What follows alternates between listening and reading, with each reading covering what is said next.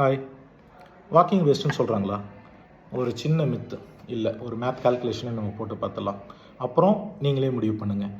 ஒரு KG weight குறைக்கணும் அப்படின்னா நம்ம 7700 கலோரிஸ் வந்து பர்ன் பண்ணணும்னு சொல்கிறாங்க. ஓகேங்களா? ஒரு 10,000 வாக்கிங் ஸ்டெப்ஸ் நீங்கள் நடக்கும்போது 350லேருந்து 500 கலோரிஸ் வந்து குறையும். இந்த 350லேருந்து 500 கலோரிஸ்ன்றது அவங்கவுங்க வெயிட்டை பொறுத்து மாறுறது. ஓகேங்களா? ஸோ நம்ம ஆவரேஜாக ஒரு 400 கலோரிஸ்ன்னு எடுத்துப்போம். அப்போ ஒரு நாளைக்கு நீங்கள் 10,000 ஸ்டெப் நடக்கும்போது 400 கலோரிஸ், ஒரு வாரம் கணக்கு போடும்போது 3000 கலோரிஸ் குறையும். ஒரு மாதத்துக்கு 3 லட்சம் ஸ்டெப்ஸ் அப்படின்னும் போது 12,000 கலோரிஸ்ன்றது குறையும்.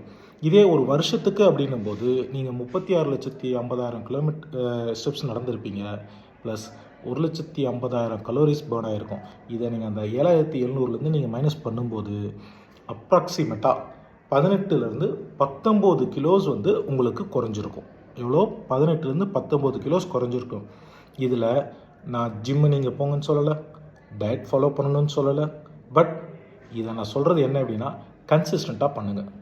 கன்சிஸ்டண்ட்டாக இதை நீங்கள் பண்ணும்போது கண்டிப்பாக இதில் இருக்கிற எஃபெக்டாக இருக்கட்டும், சேஞ்சஸாக இருக்கட்டும், கண்டிப்பாக உங்களுக்கு தெரிய வரும். வாக்கிங் வேஸ்ட்டு கிடையாதுங்க. வாக்கிங் ஒரு அண்டர் ரேட்டட், அவ்வளோதான். ஓகேங்களா? நீங்களும் வாக்கிங் போங்க.